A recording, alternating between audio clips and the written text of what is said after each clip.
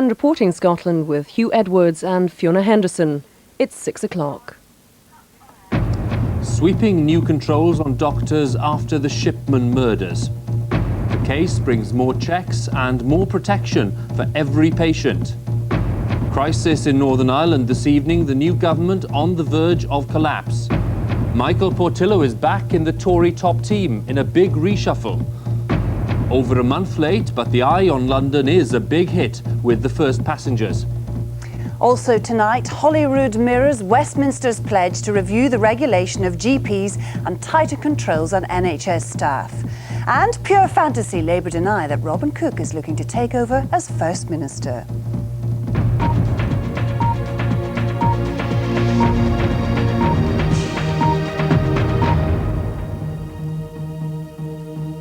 Good evening. The case of Harold Shipman, the Manchester GP, has led to sweeping new controls on all doctors. Ministers have also announced an independent inquiry. In future, any deaths or serious incidents in a doctor's surgery will have to be reported. Shipman was convicted yesterday of murdering 15 of his patients, but police in Manchester confirmed today that they are investigating many more cases. From Hyde, Stephen Cape now reports. Outside the home of Britain's most prolific serial killer, his wife Primrose was giving nothing away today. No comment. Can we just, I mean, obviously, No can you comment. tell us what you've been doing since the verdict? Meanwhile, the investigation continues. Detectives have added another 10 names to the original list of 136. From that number, they're also considering bringing a further 23 murder charges against Shipman. One of the alleged victims was 69-year-old Bertha Moss. She died in Shipman's surgery in 1995. The GP told her family it was heart disease and hypertension. A post-mortem, he said, was not necessary. Her daughters were always suspicious. Now they hope the authorities will charge him with their mother's murder. For him to have been in the position he was and take our mother of 7 children and a grandmother to dozens of grandchildren, he's robbed us all. We're a big family, he's robbed us all. I'd like to get my hands on him. I can't talk about it. Is that hard, is it? It's terrible. Do you think you'll actually ever be able to come to terms with what's happened? Never. Never. There are others who are also looking for justice. This man's best friend, Val Cuthbert, died under Shipman's care. She's also on the list of potential victims. I do think that the other relatives of all these people have a right to know whether they've been killed by Shipman or not. I think Shipman should do the decent thing and tell the police who he's murdered. There are some in this community who believe they're lucky to be alive. Jo Brown was a patient, and she thinks Shipman was planning to murder her because he asked her unusual and probing questions. I just feel quite lucky, and I think someone up there was looking after me because, you know, I didn't go and see him a lot, and I think this was possibly my saviour. The authorities now have a dilemma. It would be difficult to charge Shipman with further murders because the publicity has made another trial virtually impossible. So the daughters of Bertha Moss can only hope that one day their mother's death can be explained. Stephen Cape, BBC News, Hyde. The independent inquiry announced today will try to answer the biggest question: how was it that Shipman was able to kill so many patients over such a long period of time? New controls have been announced which should give patients far more protection, as our health correspondent Fergus Walsh now explains. It looks like any doctor's surgery. It could be anywhere in the UK, but this was where Harold Shipman worked, dispensing death, killing at random, covering his tracks. At least 5 patients were murdered in this room, probably many more. Announcing an independent inquiry, the Health Secretary said the government was determined to ensure that patients were protected. Harold Shipman was a determined serial killer. He preyed on some of the most vulnerable members of our society. He broke the trust of his patients in the most dreadful way imaginable. Having betrayed the trust of his own patients, Harold Shipman should not be allowed to break the trust between family doctors and their patients. The Shipman inquiry will be published in the autumn. but immediate new safeguards were announced today. In future, doctors must disclose criminal convictions before they get a job. Deaths in surgery must be reported. And GPs' death rates will be monitored for the first time. The antiquated system of death certification is to be overhauled. In cases of sudden death, there's no legal requirement for doctors to notify a coroner.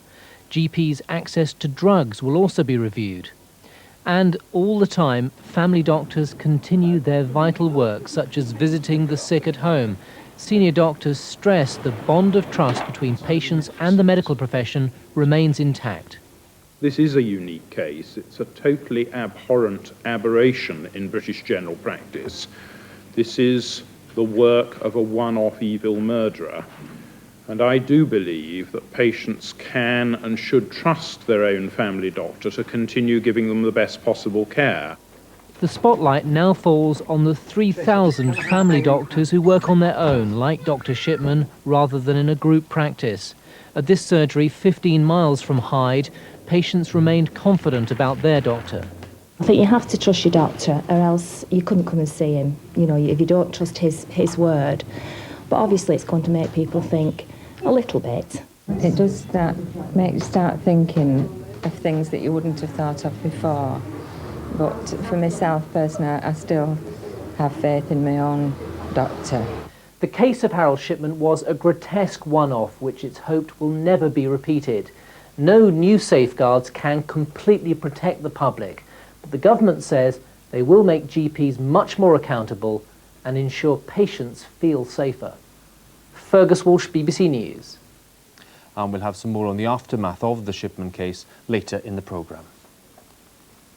The peace process in Northern Ireland is in deep trouble again. David Trimble, the First Minister, says he expects the new government to be suspended because the IRA has not started handing in weapons. Gerry Adams of Sinn Féin agreed that the process was in crisis, but the IRA said this evening that it was still totally committed to peaceful means. The First Minister of Northern Ireland and other leaders of the Ulster Unionist Party held a sombre news conference at Stormont. Any hope that the decommissioning body's report would contain a glimmer of anything that would avoid the crisis was gone. Even though the report's not been published, the focus has already moved on to what happens next. My expectation is that we will be moving fairly soon now to the suspension of the agreement. I think that is inevitable. It is regrettable that it is so, but it is also inevitable, because the basis on which we formed the administration has now been falsified. The Unionists say that Republicans are in default of the Good Friday Agreement because the IRA did not even begin to decommission before the body's report was due. That infuriated Sinn Féin. In an emotionally charged news conference of their own, Gerry Adams said there was nothing in the agreement which showed default. A short time later, after hearing of the IRA statement, which he said he'd not been expecting, he said that in a way it was intended to help David Trimble, reassurance that the group posed no threat to the process. I can't see the IRA being dealt with on the Ulster Unionist Party terms. I just can't see it. At the same time, I think this issue can be resolved. I mean, it's been my conviction that this issue can't be resolved. It's a sin that if we have a way of resolving this issue, and just because it isn't on someone's terms or the pressure from the rejectionist unionists gets too much, that we lose everything. The Northern Ireland Secretary was in Dublin for talks with the Irish Foreign Minister Brian Cowan. He sees the government's role now as staying calm and planning the next steps. My job this afternoon is to talk to the Minister and make sure that in what is a very, very difficult situation for us, that we're able to go forward together, and that's what I intend to make sure we do. And in the Irish Parliament, the Taoiseach gave his own bleak assessment. It would be a disaster, to put it at its mildest, if any of the institutions were to slide. I think people, quite frankly, just have to think very hard. It's easy enough to take positions or stands, but I think you have to realise the consequences of these. President Clinton, before a meeting at the White House, said his administration was still heavily involved in helping the process to work. And it would be a tragedy if it were derailed. But in order to keep it going, everybody's going to have to you'd honor the terms of the agreement. Defining who is honouring or not honouring the terms of the Good Friday Agreement is a large part of the problem. Unionists and Sinn Féin are accusing each other of that political offence. Neither wants the suspension of the Assembly and its workings, neither can or will shift position to avoid it. And Dennis joins us now. Dennis, in your view, where does all this leave us today? Well, I think it is a very deep crisis indeed, Hugh. Gerry Adams, when he was out talking to us here and then at his news conference, he kept talking about collapse, and I said to him, everybody else is talking about suspension. And he said, well, suspension equals collapse.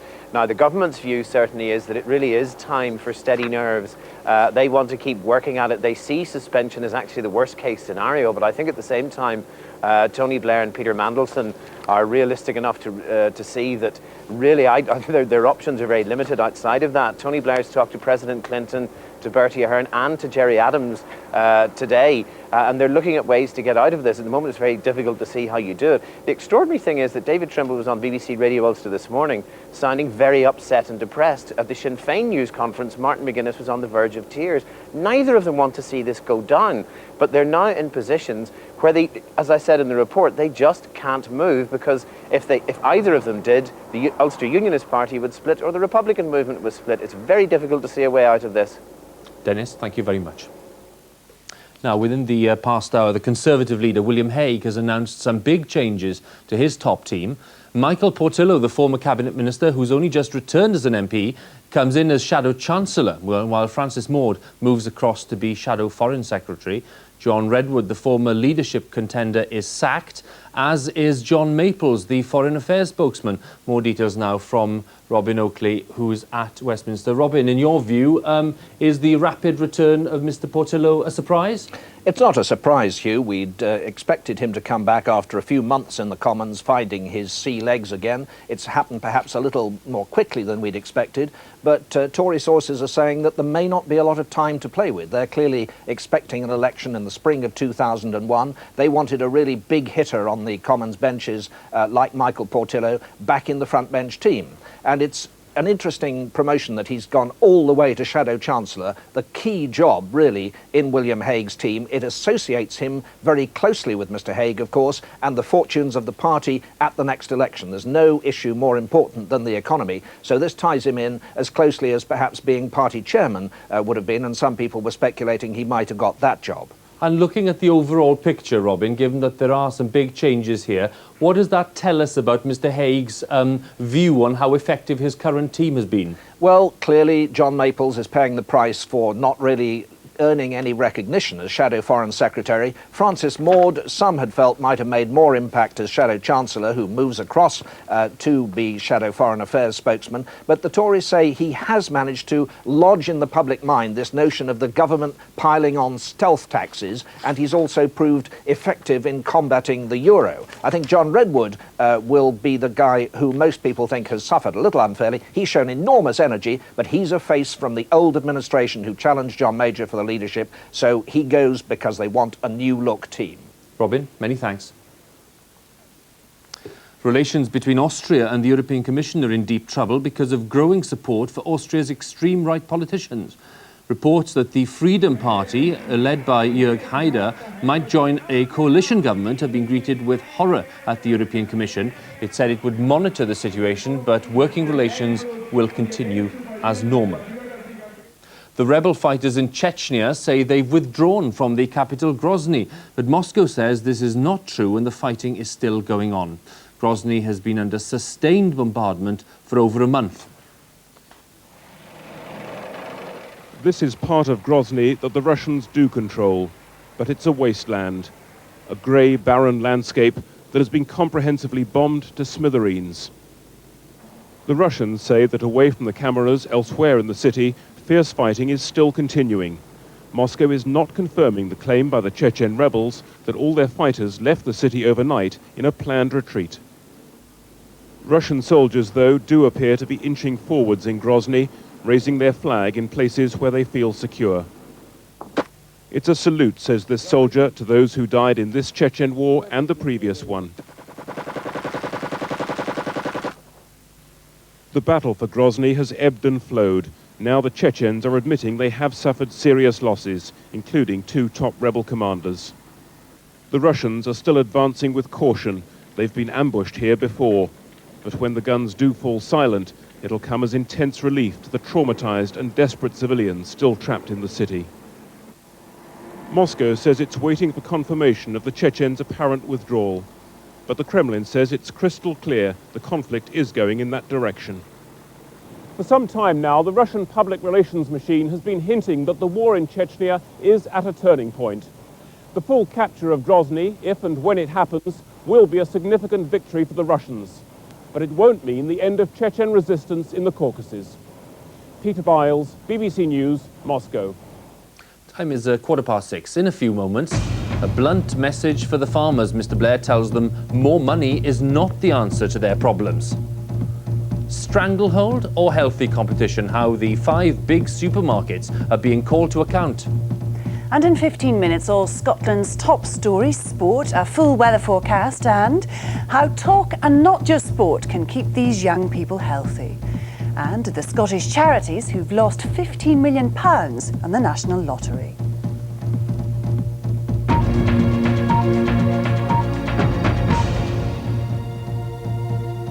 Tony Blair has told farmers there are no quick fixes to the crisis in agriculture, and financial help, he says, is not the answer.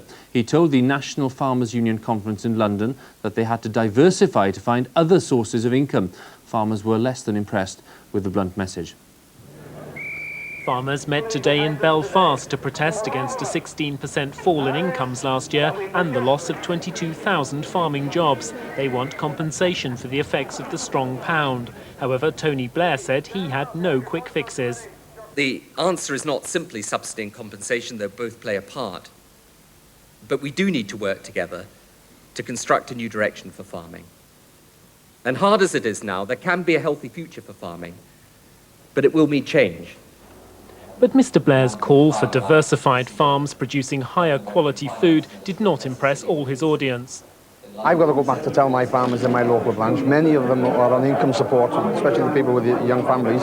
Very sorry lads, there's no more money coming for you. The reaction to Mr. Blair's speech may be little warmer outside the conference. The incomes of dairy farmers like Joe Collingbourne of Brinkworth in Wiltshire have declined by a fifth in the last year.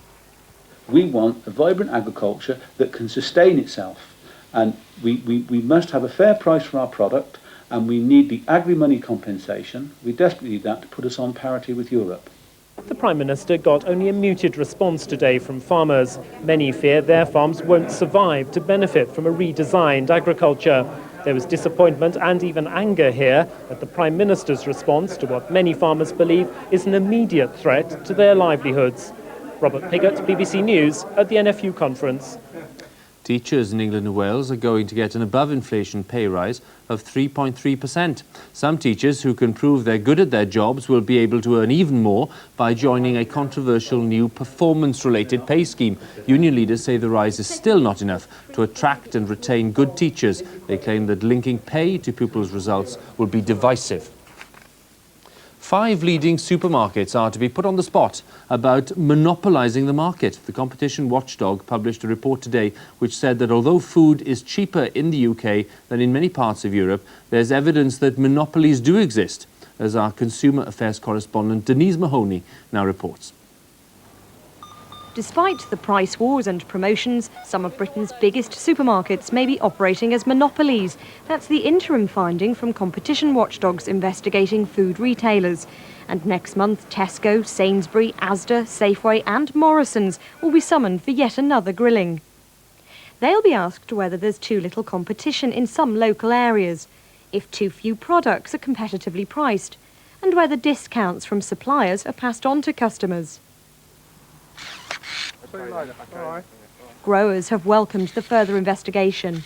We know there's a case to answer. We as suppliers feel that they're giving us a bad deal, not all the time, but most of the time. In fact, we did a survey a few months back and something like 85% of growers felt that they were getting a bad deal from the supermarkets at the moment. But the investigators do believe food's become cheaper in the UK, and there's only limited evidence that stores make too much profit. I think we're very pleased in the sense that they don't see excessive profits, they see prices coming down in real terms, and they see a high level of customer satisfaction with supermarkets. The supermarkets are claiming today's statement from the Competition Commission proves there's no such thing as rip-off Britain. But only after investigators have completed their report later this year will consumers know for sure whether or not they're being shortchanged. Denise Mahoney, BBC News. A search for survivors is underway after an airliner with 88 people on board crashed into the sea off Los Angeles. The aircraft, an MD-83 operated by Alaskan Airlines, was on its way from Mexico to San Francisco. So far, several bodies have been recovered, but no survivors. Now, the first parliamentary by-election of the millennium takes place on Thursday in West Wales. The seat of Ceredigion became vacant after the sitting Plaid Cymru MP, Cynog Davies, decided to concentrate his efforts on the new Welsh Assembly. Wyra Davies now reports on a campaign dominated by the crisis in the rural economy and problems in the health service. The populous seaside town of Aberystwyth lies at the heart of this large and complex constituency. And the very future of the town's Bronglais Hospital has become a key issue in this parliamentary by-election. In its relatively isolated position, Bronglais provides vital healthcare for thousands of patients. Yet, because of the need to save money, many of its core services are under threat. The services here are 50 miles away from the nearest hospital down in Carmarthen, and the nearest hospitals from that are in Bangor and in Shrewsbury. So keeping services local is a big political issue at the moment.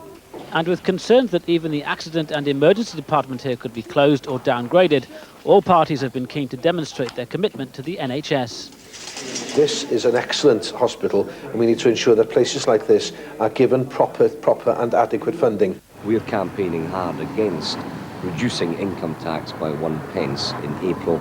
That money would be far better spent on the health service. The irony is that health in Wales is now the concern of the Welsh Assembly. So should it therefore be featuring as an issue in this parliamentary campaign? One of the interesting things about the by-election is the way that the issues about Wales and about the UK are kind of mixing up together. Voters aren't making any clear distinction. Just up the valley at Devil's Bridge, the imminent closure of the village post office is a clear example, say some, of the need to address the sickly state of rural Wales. We know that is a problem, but on the other hand, you also have to say that the economy is probably healthier now than it has been for the last 20 years. What we want to do is to have rural areas have more attention. And clearly we need a taxation system to be used to support Wales and rural areas and Ceredigion. We don't really want it in a war chest to fight the next election. The fortunes of all four major parties have ebbed and flowed in this seat over the years. And in this perhaps confusing by-election, where Westminster matters have overlapped issues which are now the concern of the Welsh Assembly, it will be very difficult to predict exactly how the vote will go. Wyra Davies, BBC News, Aberystwyth. Here is the full list of the 7 candidates who will be standing in Thursday's by-election in Ceredigion in West Wales. 1 month late, the giant Millennium Wheel carried its first passengers today. The 450-foot-high London Eye on the south bank of the Thames was meant to open, of course, on New Year's Eve. On a clear day, unlike today, it offers views up to 25 miles across the city. The more traditional landmarks of London's skyline have a new neighbour and rival tourist attraction to look up to. Dwarfing Big Ben and the Houses of Parliament, the London Eye is working, safe and open at last. Gone is the nightmare cancellation of eagerly anticipated rides on Millennium Night, replaced by the excited shouts of the Wheel's first customers. Shani Doran is just 19 months old. A few minutes later, we were 450 feet up in the capsules, with London stretched out in miniature below. It's so high up. When you get to the top and looking down, it's really like, I can't believe how high it is. But the view from up here is just like splendid, really good. It'd be nice if it weren't so misty, because you could see a lot further, but really good view of Big Ben.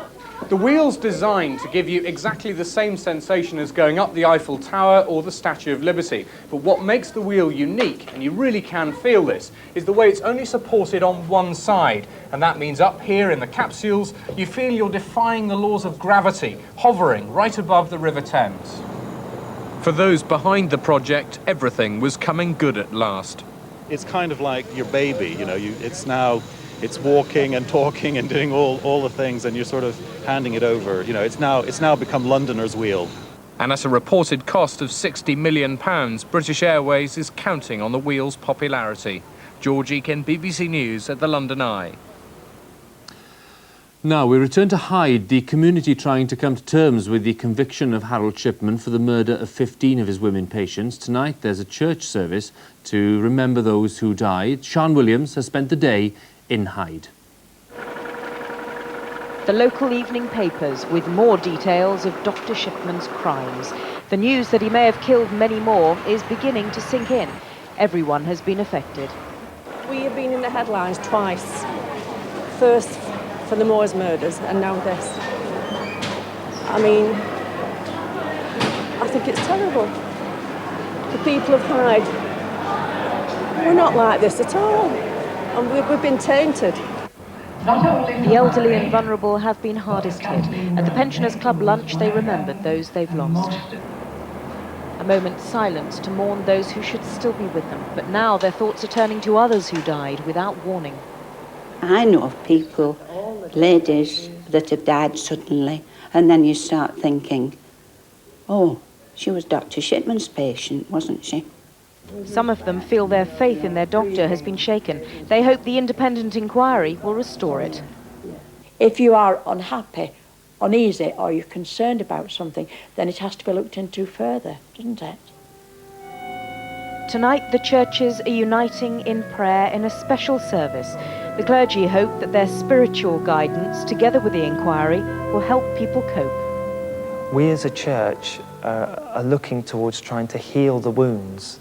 And public inquiries, I don't believe, can heal the wounds, but they can pave the way ahead. Many people are grieving here, but there's a resilience too. They say they'll never forget, but they believe the community is strong enough to recover. Sian Williams, BBC News, Hyde. Well, let's have a look at the weather now and see what's coming up with Phil Avery. Hello, Phil. Hello, Hugh. It wasn't pouring down, at least for the travellers on the wheel, but further north there has been a particularly wet spell of weather across many parts of Scotland and Northern Ireland, 30 millimetres falling in just 12 hours or so. As we move through the night, that rain is heading down towards the south of both England and into Wales too. Further north, something slightly chillier, it has to be said, as the sky is clear. Then tomorrow, the north will stay pretty clear and cool. There will be a few showers around, wintry over the high ground. Further south, after a bit of a wet start, I think things will gradually buck up. There you see the way the rain has moved over the past few hours, now concentrated across the southern parts of the British Isles. And it will cause a bit of a problem if you're on the move through the Midlands, Wales and the West Country. Take care, there'll be a lot of surface water around. The front will take a time to get away simply because it's wriggling around. Some of it's going south, some of it's coming north. But eventually, I think we'll get it away down towards the south. Where these skies clear, that's where we're going to see the coolest temperatures getting towards freezing at times if we're not careful. As we move on towards tomorrow, we'll see showers in the north, that rain clearing from the south, and then some sunshine, Hugh. Good stuff. Phil, thanks a lot. Tonight's main news again, sweeping new controls announced for doctors after the Shipman murders. The case brings more checks, more protections for every patient. Crisis in Northern Ireland. New government on the verge of collapse this evening. Conservative reshuffle, Michael Portillo's back in Hague's top team. It's nearly 6:30. An update for you, of course, later on. Stay with us. In a moment, it's time to join the BBC's news teams across the United Kingdom.